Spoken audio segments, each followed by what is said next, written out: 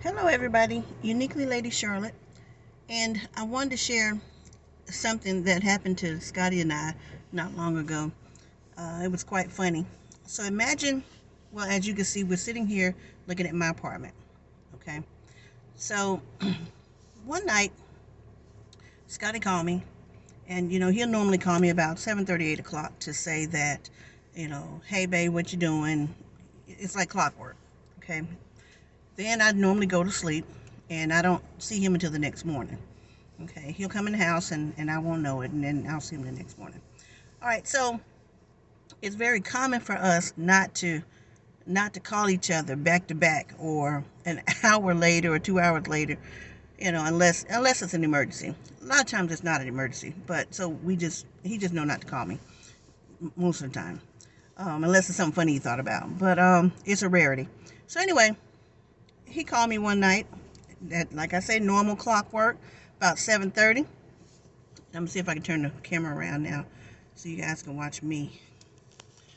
So he calls me about 7:30, like clockwork, and we talk, we laugh a little bit, and I'm extremely sleepy because we get up so early in the morning and head to work.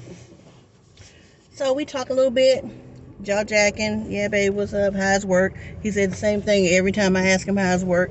Work. It's clockwork. He always says it. So now I say it with him. Work. All right, so we chit chat a little bit longer. Then I'm like, all right, babe, I got to go. I got to go to sleep. So he's like, all right, cool. I'll see you tonight. All righty. You probably won't because I'll be asleep. So he calls me about 11:30, between 11 and 11:30. And I look at the phone. I didn't want to answer the phone because, sometimes the phone ring, you'll say, forget that. I'm not getting this phone. I'm not answering that. I don't care who it is because you're sleeping. Oh, my thing. Okay, anyway. So I didn't answer the phone. So next thing, phone hang up, rings again. I didn't answer the phone. Phone rings again. I'm like, okay, let me see who calling because this must be an emergency. Plus, we were having severe weather that night. So it was like a tornado watch. So I said, well, let me see who called. So I see it's Scotty. So I said, okay, how did Scotty calling me? Okay.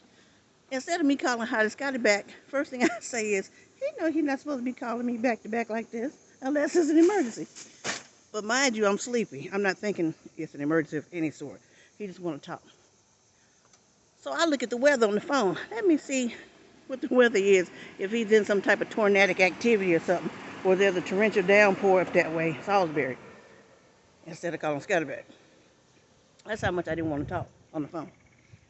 So I said, well, weather looked pretty good. Nothing going on. He must be all right. So the phone stopped ringing. Phone ring again. And it's Scotty. I said, okay. Let me answer the phone. Let me quit playing. Let me answer the phone. I say, hello. He said, babe. I say, what? Babe. I said, what? Did I lock the screen door again so you can't get in? Because he can't get in if he locked the screen door. I can't get in if he locked the screen door. I'll tell you that story in the next video. So he said, babe. I said, Scotty, what is it? So now I just started walking down the stairs because I'm thinking I've locked the screen door. He can't get in. So I go downstairs. I open up the door. The big door, not the glass door. And I check the screen door. The screen door is unlocked.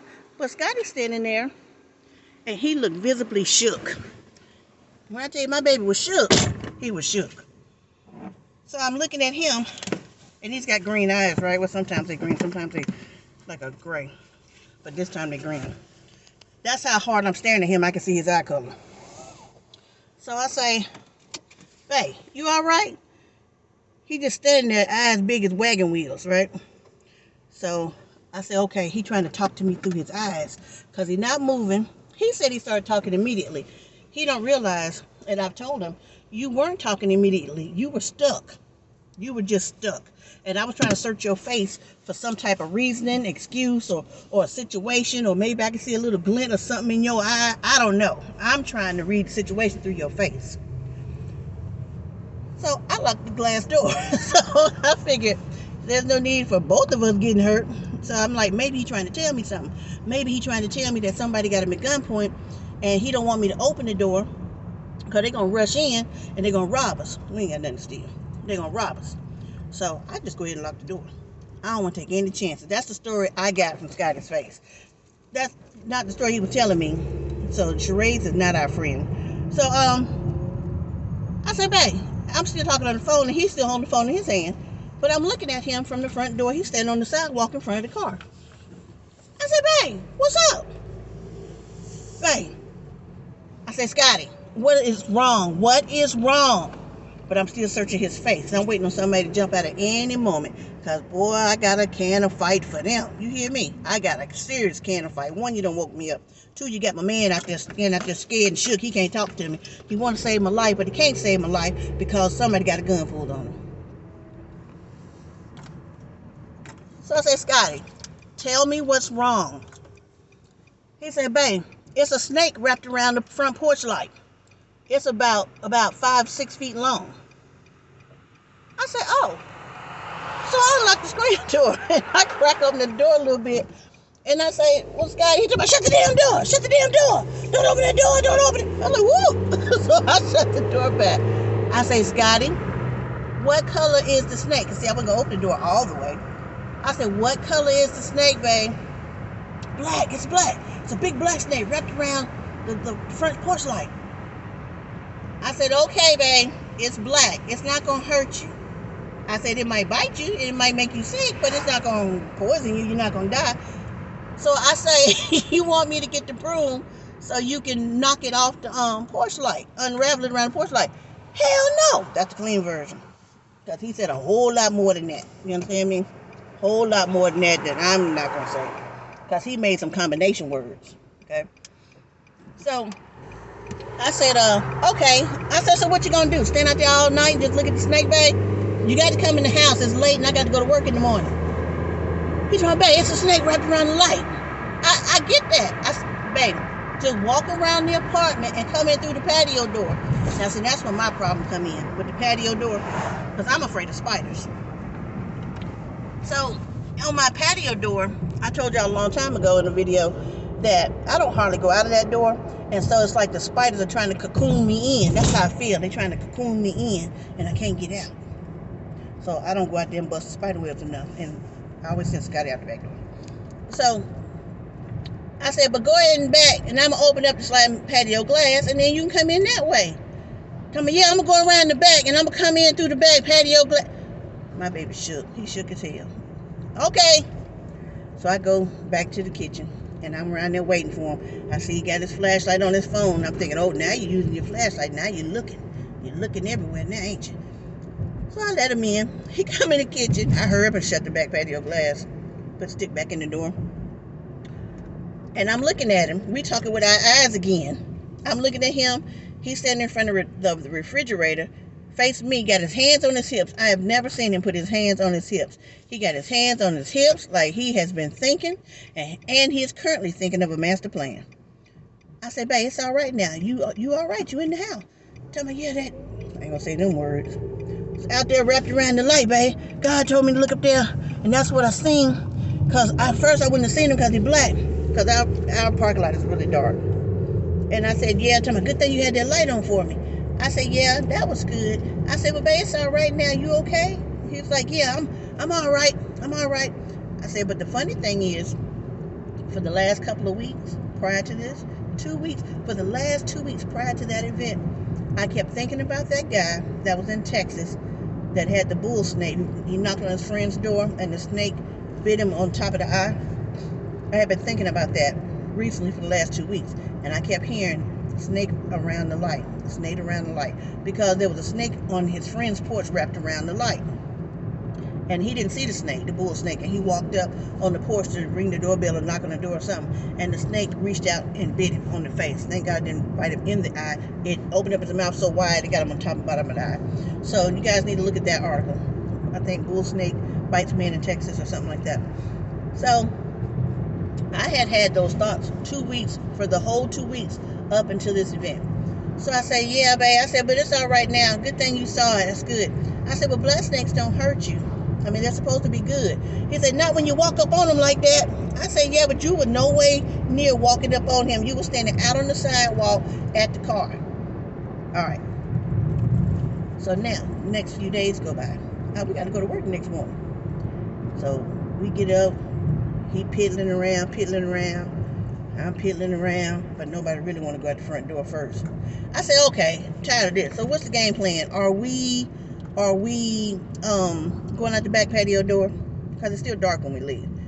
No, we're going out the front damn door. Oh, we are? Okay, all right, that's cool, that's fine. So now I'm thinking he said that, so he going to be the first one to go out the door.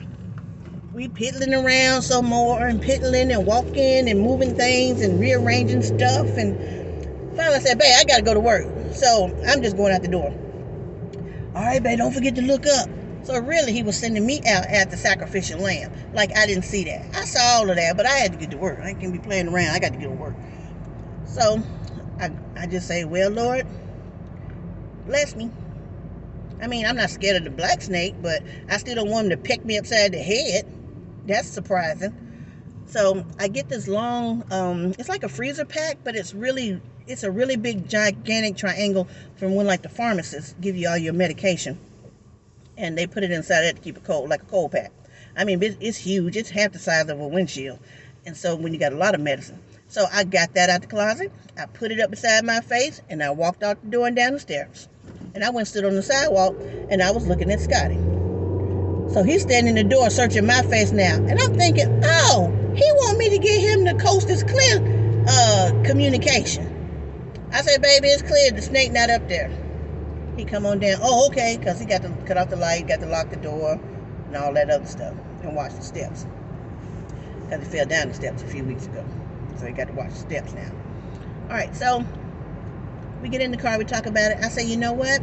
I bet that snake was trying to get those eggs or the birds up in the top of the doorway. So over the screen door, I have a nest of birds, small birds.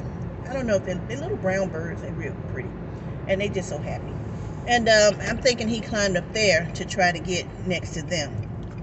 And because I seen the next day when we came home, we saw where some of the straw was pulled out of the side and behind the side of that framework, it was pulled out. So I'm thinking when he came out, he knocked some of the stuffing or the nesting, from out of the bird's nest.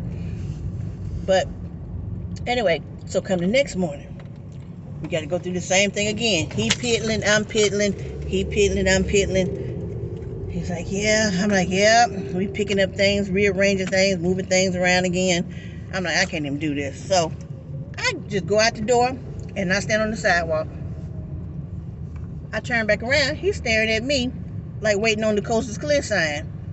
I didn't say a word. I was looking around in the sky, looking at the stars, talking about how pretty they were, and just standing by the car door, the passenger door, just waiting and looking at him and looking up at the stars. I didn't tell him nothing because I'm tired of you sending me out being a sacrificial lamb and then you're going to come out when the coast is clear. All right. Eventually he made his way down the steps. Got in the car. Yeah, I believe you're right. The snake was after the birds in the bird's nest. Yeah, I think so. All right. So come the next day. Okay, I'm like, here we go. I'm just going out the door. I found out a new way to see if the snake is wrapped around the light. So when I open up my front door, the glass door, I see a reflection of the light in the glass door when the light is on.